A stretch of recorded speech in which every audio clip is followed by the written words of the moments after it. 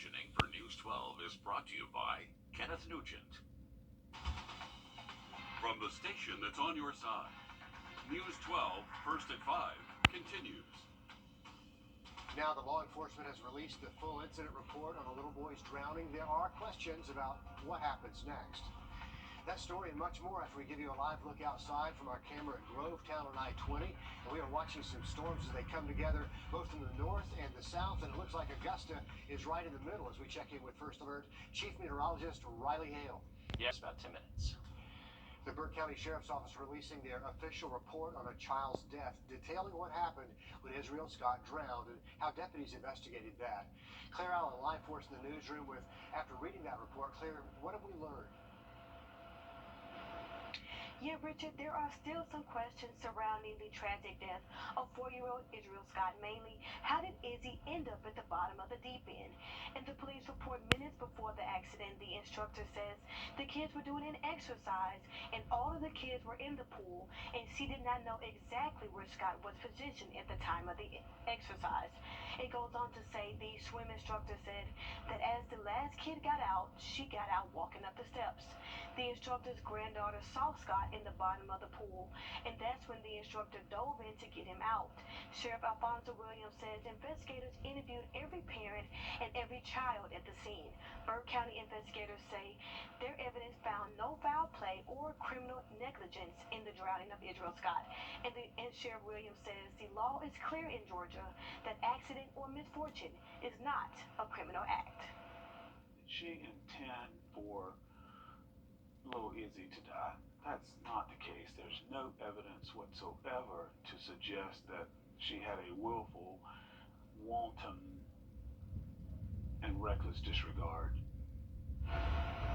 Next on News 12 at 6 o'clock, I will have a closer look at the investigation and what Augusta DA has to say and what is next in this case. Heartbreaking case there, Claire. Thanks for the update. A car crashed off Sibley Road, blocking traffic on Gordon Highway this afternoon. Augusta Fire Department responding to the scene, and we know one person was injured in all of this. Traffic there at a standstill for quite a while. We'll let you know when we learn more about that situation, but it looks like a good bit of cleanup there on the roadway to do as well. Augusta wants to show you all things that the parks have to offer, and tomorrow is the first of 4 pop-ups in the park events. This one at Elliott Park on Lumpkin Road. Will Vogue shows us what to expect there. Elliott Park's getting ready. We want to showcase everything that we have during this month. Brandy Robertson is the program manager for Augusta Parks and Recreation. They're getting ready to welcome the community here for the first of 4 pop-ups in the park. We'll have inflatables for kids of all ages. We'll have hula hoops, cornhole. They'll also have games, snacks, free freezer pops, and more. It's all part of Parks and Recreation Month. We want to make sure that we hit all different parks within our community, whether it's on this side of town, the west side of town, south side of town. We want to make sure that we, can incorporate everybody within the community. And Robertson says everybody's invited to come have some fun, and she plans to get involved too. Like I said, it's National Be a Kid Again Day. I'm looking forward to, trying to do a little hula hooping, cornhole, and all the other games and inflatables that we'll have going on. She's excited to have a lot going on at Augusta Parks as they celebrate Parks and Recreation Month. Just come out and have a good time with us on Friday. In Augusta, Will Volk, on your side. All that gets underway at 5 o'clock tomorrow afternoon at Elliott Park. They're going to host events for parents and kids alike celebrating a national holiday. Whoever set off an explosion at the Georgia Guidestones Monument, the Elberton District Attorney says they could be going to prison for 20 years. Attorney Parks White posting on Facebook his disappointment in that community. He says setting off a device capable of shattering granite in an area surrounded by people is a criminal act. The GBI is looking into all this, and White says they have some leads on this investigation as well. Cybersecurity experts have spotted a malware threat that can effectively control a lot of the electronics you have in your home right now without you ever knowing it. That means your television, your computer, your security cameras. Our consumer tech reporter Jamie Tucker looks at what you should know to protect yourself now. No one thinks about the Wi-Fi router until it stops working. This is responsible for bringing the internet to all of those gadgets around your house. And for that reason, you can make the argument it is the single single most important device in your home. The bad guys think so. Cybersecurity analysts at Black Lotus Lab discovered malware in routers used in small homes and home offices. Here's how they say it works. The malware is deployed most often when someone opens an email attachment or visits a rogue website. The malware gains access not just to the computer, but the network's Wi-Fi router. If you've never changed the default username and password, the bad guys can find that login information online and quickly have access to the router's administrator settings, meaning they can upload and download files to any device that's connected to your Wi-Fi router. Phones, computers, web cameras, TVs, doorbells, locks, everything. So how do you know if your computer is compromised? Well, maybe the computer is sluggish, not loading pages or running programs like before. Or you get unusual pop-ups on the screen or get taken to strange or spoofed websites. To protect your router and everything connected to it, turn it off. Wait about 20 seconds and then turn the router back on again.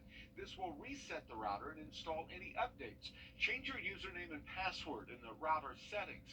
If your router is 5 years old or older and it hasn't been updated, you'll want to reset that router soon. In fact, if it's 5 years old or older, you may just want to get a new Wi-Fi router because they're a lot more secure and a lot faster than they used to be. That's What the Tech. I'm Jamie Tucker. Good advice there as always. Security analysts say this latest malware attack has primarily been used to steal personal and business information, but they warn it is sophisticated and there's no limit to the damage it might do. Riley? Well, storms are really starting to blossom on Doppler Max radar. We're looking at storms getting over 50,000 feet. Would not be surprised if a couple warnings are heading down the line. Have an update for you coming up just after the break. Time and Threat. Now, looking ahead into the weekend, Sunday and the Monday, those high temperatures do drop off into the mid-80s, so we'll see some relief from the heat there, but definitely have a plan B to be inside for any outdoor plans this weekend. We're hoping for some rain. It looks like we're going to get it, Riley. Thank you. Once vaccines became available to the public, the U.S. saw some relief from the pandemic, but some are still struggling to adjust after catching the virus. Sean Evans highlights a Georgia clinic that treats people with those long-term effects. Debbie Moore first contracted COVID-19 in late 2020, several months after she relied on oxygen and an emergency inhaler. She says while the physical effects lessened at one point, they came back. I just thought that's the way it was going to be the rest of my life. I mean, the fatigue was so horrible and just in the bed so much. No energy, no interest in anything. And I laid there one day just crying, because I just was so depressed about it. And it wasn't just the physical effects that hung on. And my husband and my sister both told me that they could tell that my husband said, you're just not as sharp as you used to be. You don't catch on as quickly. Moore consulted her doctor, who referred her to the long COVID clinic at Memorial Health earlier this year. I mean, I can't say enough good about it. And with the cognitive, it's getting better, but I'm still in it. I can't add and subtract in my head anymore. Which is frustrating for the former teacher and tutor who used to have no problem doing quick math in her head. I know the facts. I know how to do it. But when I do the first column, it's almost like I can see them just float away, and I lose that part before I can do the next part. And she started making progress at the clinic, both physically and mentally, and it pushed her to work harder. What is so important is them validating it for you, that you're not crazy, you're not just lazy, you're not just being weak, that this is real. And since opening last year, Memorial Health's clinic has only gotten busier. We are getting referrals about once a week now, and these folks had COVID back in 2020, and then some had it at the beginning of this year. They knew things weren't right with their thinking skills, and these are high-functioning individuals. They're trying to work, young and old alike. They're trying to keep their families together, and they've just finally gone to their doctors to say, what can I do? I have my life back, and this is not being dramatic. I mean, one of my biggest goals was I want to be able to play with my grandkids. I went to Splash Mountain with them yesterday for hours, and I didn't crash. I couldn't have done that before. In Savannah, Sean Evans, WTOC News. The CDC says the total number of cases reached 87 million after July, and there are nearly 30,000 people hospitalized for their symptoms right now. Deputies in Newberry mourning the loss of another one of their own. Deputy Kay Amons passed away Tuesday after battling cancer more than a year. Those who knew her say she was dependable and served her community with heart. Deputy Jana Longshore also lost her battle with cancer. That was back in early April. Both their pictures now on display next to each other. Deputy Amons' funeral will be tomorrow. With a shortage of healthcare workers in South Carolina, a couple of colleges are coming together to train more students in that field. The University of South Carolina and Lexington Medical Campus building a state-of-the-art nursing simulator in Columbia. That $20 million building should be finished in 2024, and both colleges are ready to provide that clinical training. Our board all live in this community and are focused on a long-term vision of making this community the best place to live and work for our citizens. And they've been excited about this partnership since we started. We are eager to get to work. As President Amarita said, we're getting ready to break ground as soon as we can. A new graduate program in 2023 will accept 13 students per year in family medicine in a push to increase healthcare workers across the states. It can be scary driving in a downpour, but an Atlanta driver beat his greatest fear of surviving in a flash flood. He did not want to be identified, but the driver says he called 911 when water rushed against both sides of his car, the dispatcher helping him stay calm and get out of the car safely. She says her job is worth it when she can save a life like that. Ma'am, it's right now at this time, it's waist level. So I said, okay, I need you to take off your seatbelt. Are you able to get on top of your car? Horton says you have to be able to take off that seatbelt, unlock the doors, and try to climb out of your car window when the water gets that high. If anything, make sure you can roll it down safely before the car turns off. We'll take note, lottery players. The Mega Millions jackpot drawing is almost at $500 million now. They started the pot back in April, and it's been growing ever since. Tomorrow night's drawing could land you $400 million. The odds of winning the jackpot, about 1 in 3 million, but the total cash value is more than $200 million. If you want to take part, be sure to buy that ticket by around 10 o'clock at night. And good luck if you do. Your odds of winning are 0 if you don't play, right? Good luck. Well, the signings continue over at Cross Creek High School. A couple of more basketball players signing a letter of intent. Sports Director Nick Prutt. The Live by Camera Network. That's 999-9999. As we mentioned, lots of signings over at Cross Creek High School. A couple of more basketball players signing a letter of intent. Sports Director Nick Proto is here. Nick, it feels like someone new is signing, just about every week. Yeah, it feels like it, but this should be our last one before we shift our focus next school year. Cross Creek's Deshaun Adams and Jaquez Ellison are both continuing their basketball careers at Morris College in South Carolina. These guys have spent nearly their entire basketball careers together. They started playing on the same team at a young age, continued through high school. They won a couple state titles with the Razorbacks. Clearly, they like playing together because they're going to be doing it at the next level as well. And they say sharing this moment with one another makes it even more special. It's great to be able to go play in the next level with my brother, my twin. We're able to accomplish more things together. Adams and Ellison became the 4th and 5th Cross Creek seniors to sign this year. They say that's an expectation this program has, holding a high standard of excellence. And coming up on News 12 at 6 o'clock, we'll check in on the first round of the Scottish Open over in Scotland. We'll see you back here then. Riley. All right, thanks for that, Nick. We do have a new severe thunderstorm warning in effect for areas around Clarksville Lake, Lincoln, McCormick, Columbia, and Edgefield County. This stays in effect until 6:30 p.m. 60-mile-per-hour wind gusts are anticipated. So if you're ahead of this, protect your car while you can. Have a look at radar again just after the break. Hi. All right, thanks for that, Nick. We do have a new severe thunderstorm warning in effect for areas around Clarksville Lake, Lincoln, McCormick, Columbia, and Edgefield County. This stays in effect until 6:30 p.m. 60-mile-per-hour wind gusts are anticipated. So if you're ahead of this, protect your car while you can. Have a look at radar again just after the break. Hi, I'm Ashley Day with Laurelwood Equipment, and my experienced team wants to change the way you shop for outdoor equipment.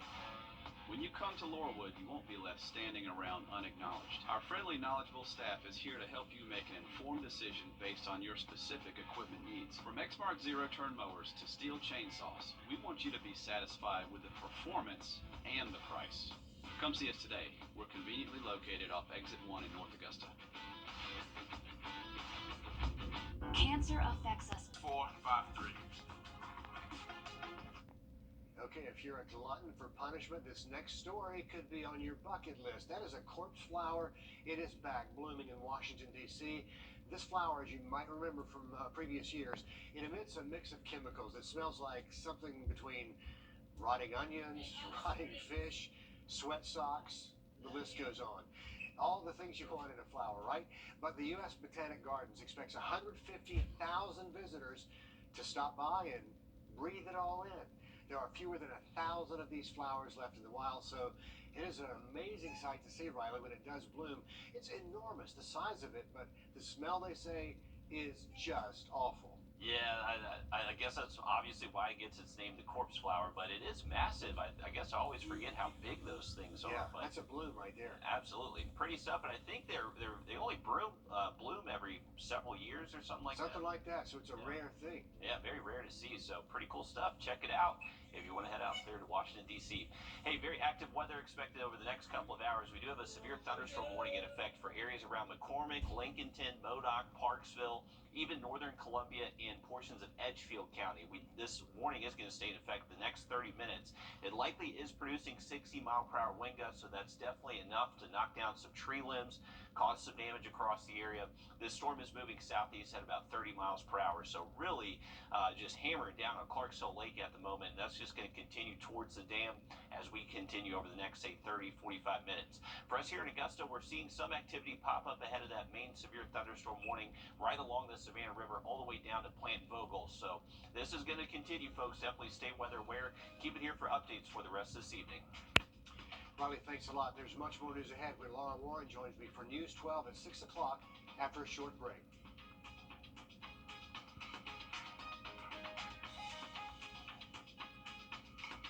All the tools, the latest technology, and the largest team of 5 meteorologists. News 12 First Alert Weather on your side. If you need new furniture, you need to hurry to Weinberger's Tent Sale. It's the final week. It absolutely ends this Sunday. We have restocked and everything is marked down. You will be so happy with the selection and the prices. Everything in the showroom and the tent is on sale. Save up to 75% off top quality furniture, rugs, pictures, and accessories. You better hurry into Weinberger's Furniture and Mattress Showcase